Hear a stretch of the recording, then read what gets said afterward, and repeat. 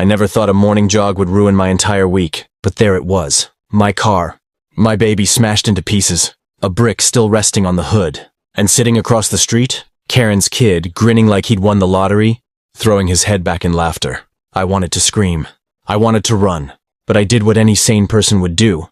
I called the cops. What happened next? Let's just say justice can be cinematic. And today, you're going to see exactly how one HOA feud spiraled into chaos, bricks and handcuffs. The sun was barely peeking over the rooftops, painting our cul-de-sac in soft orange and pink streaks. I just parked my car, a sleek navy blue sedan that I babied like it was part of the family, in front of my house after my morning run.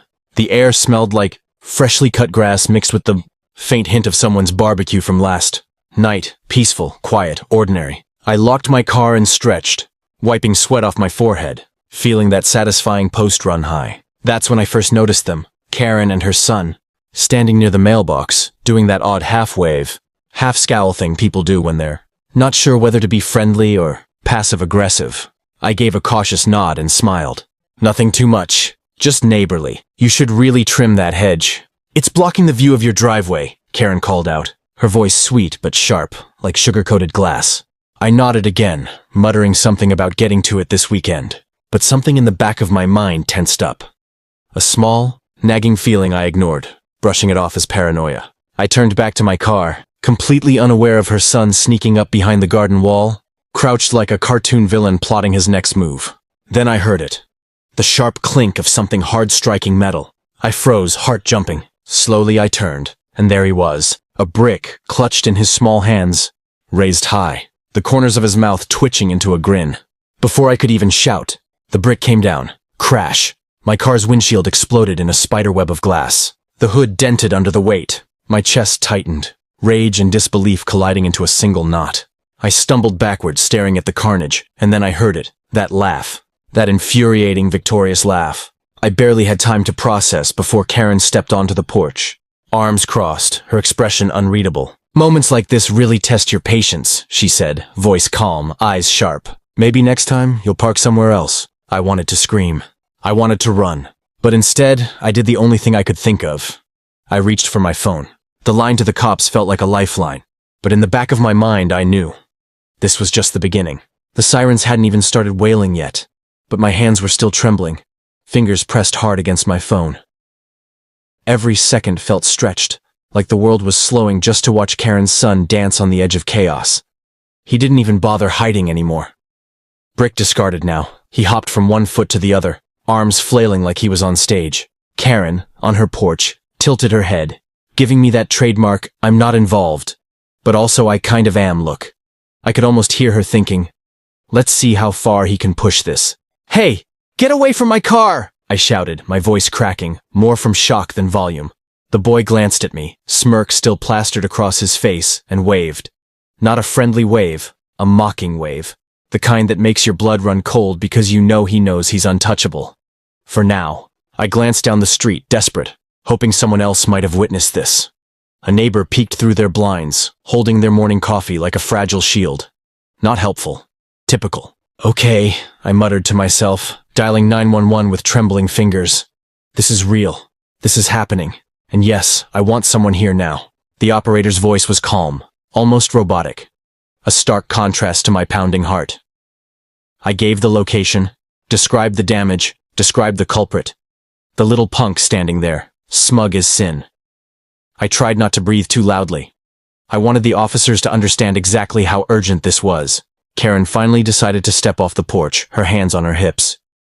You should teach your son some respect, I snapped, my voice rising. You're just standing there, watching him destroy someone else's property. Oh, come on, she said smoothly. He's a kid. Kids make mistakes. Besides, I'm sure it's not that bad. She gestured toward my car. I looked at it, the dented hood, the shattered windshield, shards glittering on the asphalt like tiny crystals of betrayal. Not that bad?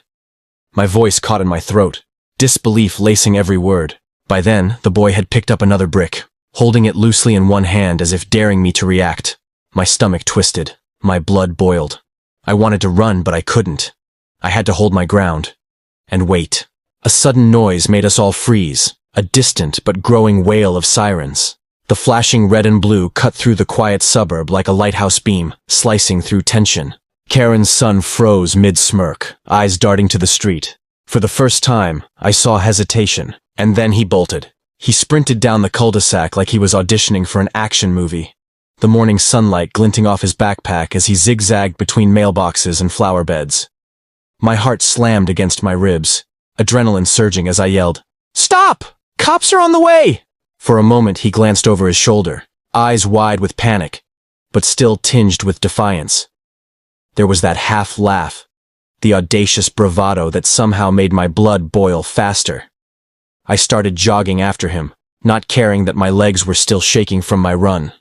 I had to keep sight of him, had to make sure he didn't vanish into the maze of suburban streets. Karen's voice rang out from her porch, sharp and theatrical. "He's just a kid. Let him go." I ignored her.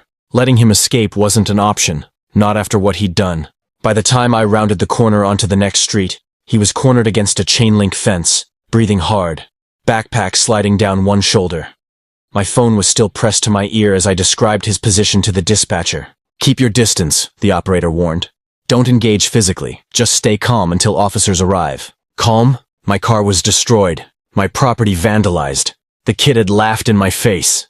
Calm felt impossible. I watched as he dropped the second brick he'd been holding, stepping back toward the fence like he finally realized he was trapped.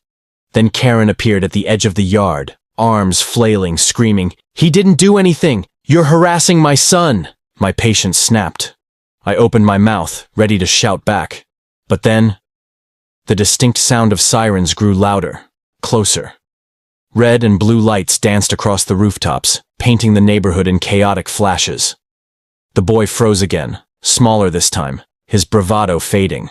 A uniformed officer jumped from his cruiser, hand on his belt. "Freeze!" he shouted, voice booming across the street. The kid hesitated, then slowly raised his hands. Relief and disbelief collided in my chest. He was finally caught. Karen rushed forward, her face twisted in outrage. "This is outrageous. You can't just—" "Ma'am," the officer interrupted, calm but firm. "He's in handcuffs now. Let's step back." For the first time that morning, I let out a shaky breath. The chaos was paused, the adrenaline still thrumming in my veins. But I knew this wasn't over, not by a long shot. I glanced at my car, at the shattered windshield and dented hood, at the mess that had been my peaceful morning. And I realized something. This was bigger than bricks, bigger than a laughing kid. This was the start of an all-out neighborhood storm. The officer led her son toward the cruiser, his hands cuffed behind his back. And for a brief moment, I felt an almost cinematic relief, like the world had righted itself. But then I looked at Karen. Her face wasn't worried, scared, or even apologetic. It was calculating, cold, and worse, defiant. She stomped toward me, heels clicking sharply against the pavement. "You're making a huge mistake," she said, voice low but venomous. "This neighborhood has rules, and you clearly don't follow them." I blinked. "Rules? My car is smashed. Her kid just vandalized my property." "Excuse me?" I said, trying to keep my voice calm. "Your son just destroyed my car.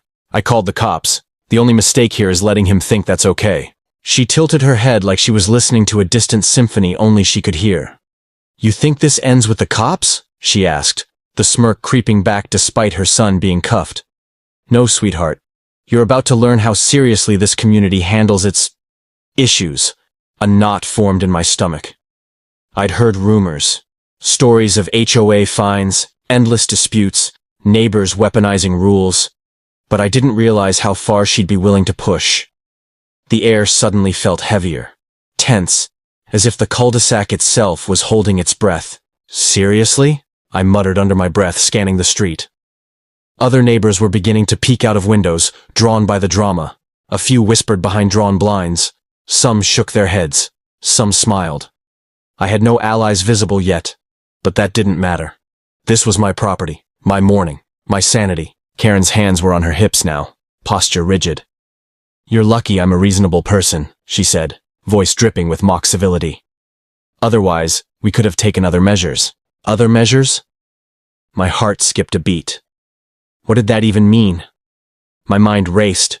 Complaints, false reports, HOA fines, calls to city code enforcement.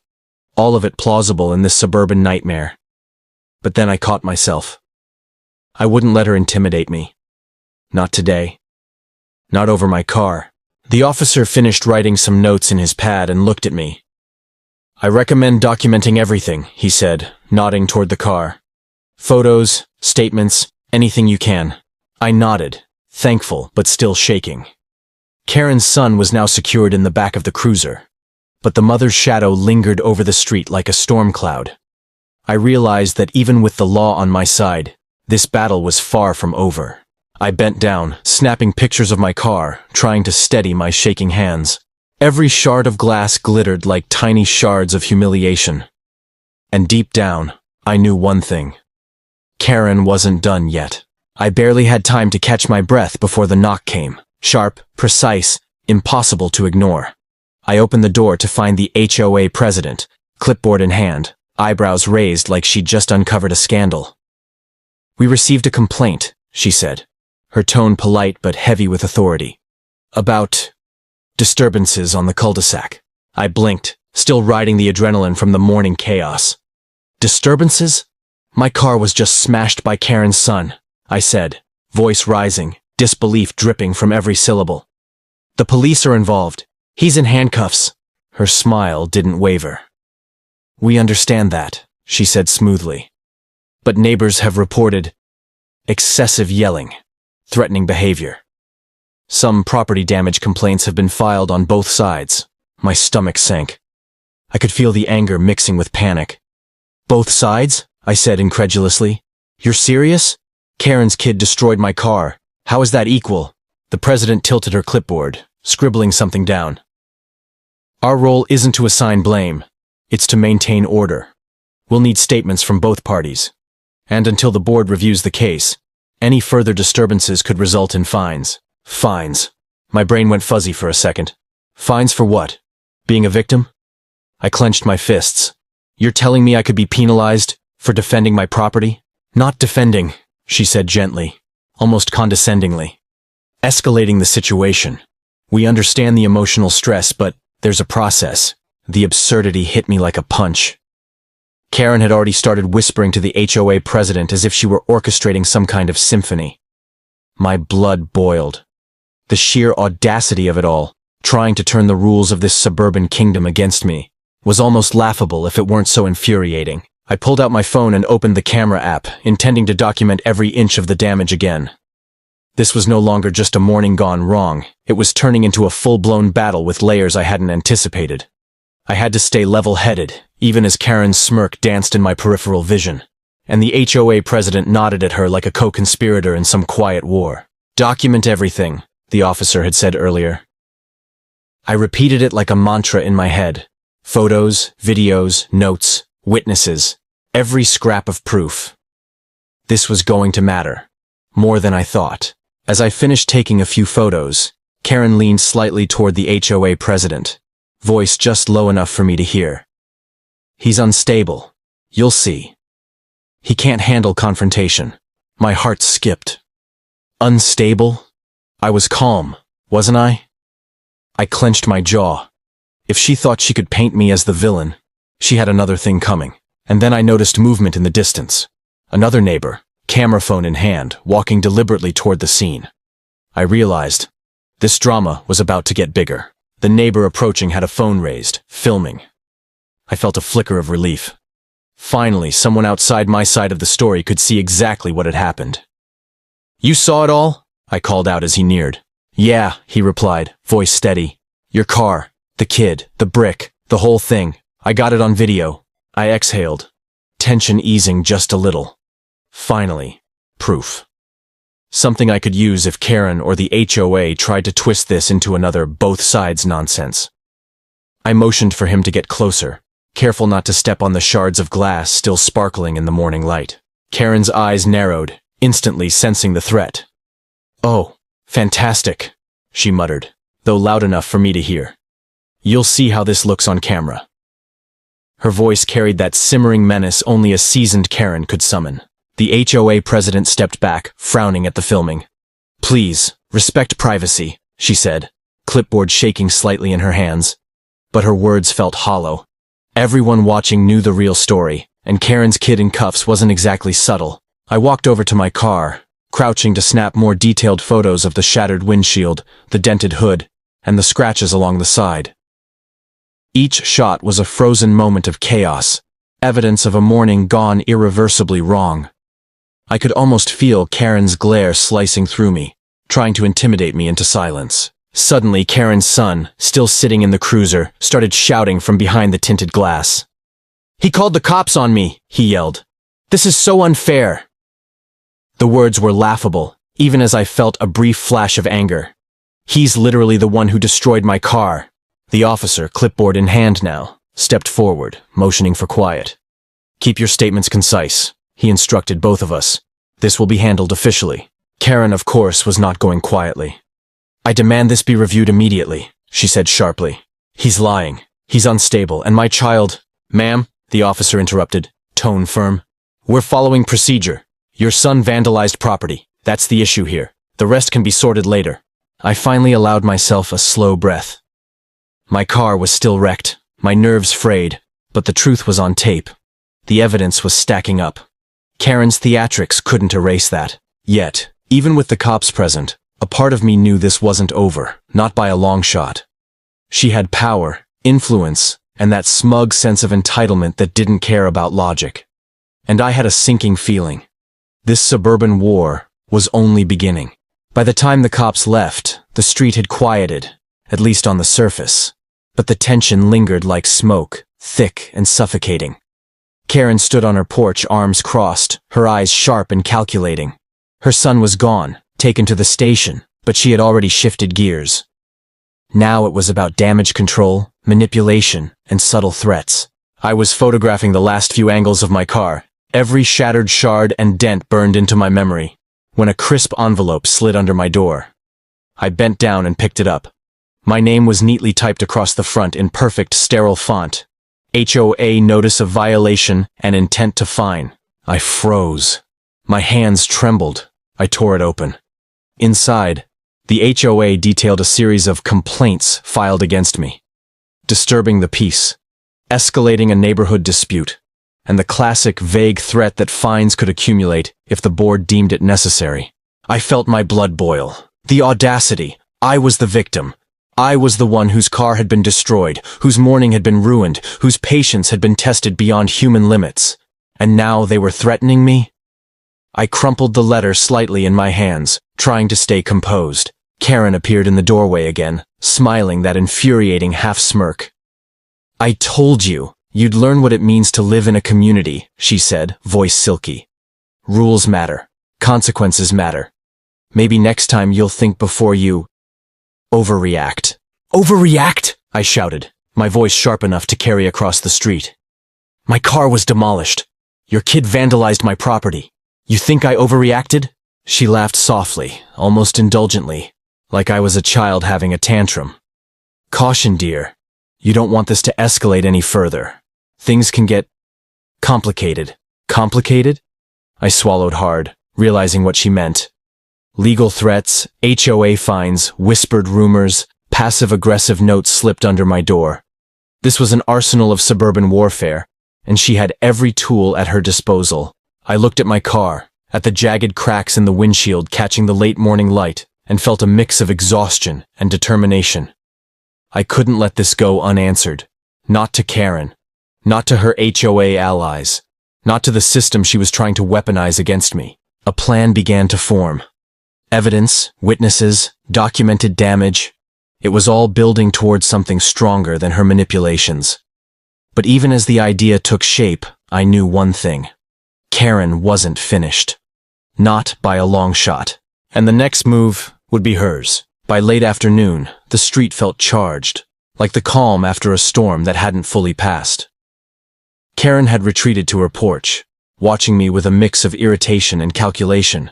Her son still at the station, and the HOA letter threatening fines lingering on my counter like a ticking clock. But I wasn't backing down. I had spent the morning organizing everything. Photos, videos, timestamps, witness statements. The neighbor who filmed the whole thing was helping me compile evidence, each clip and photo a nail in the coffin of Karen's version of events. By now, I had enough documentation to make even the HOA hesitate. Then came the call I'd been waiting for. The police officer who handled the morning's incident. He was on the line, calm but firm. We've completed the preliminary report. Your car's vandalism is officially documented. Her son will face charges. Relief flooded me so strongly it was almost physical. But the best part? Karen's smug armor started to crack.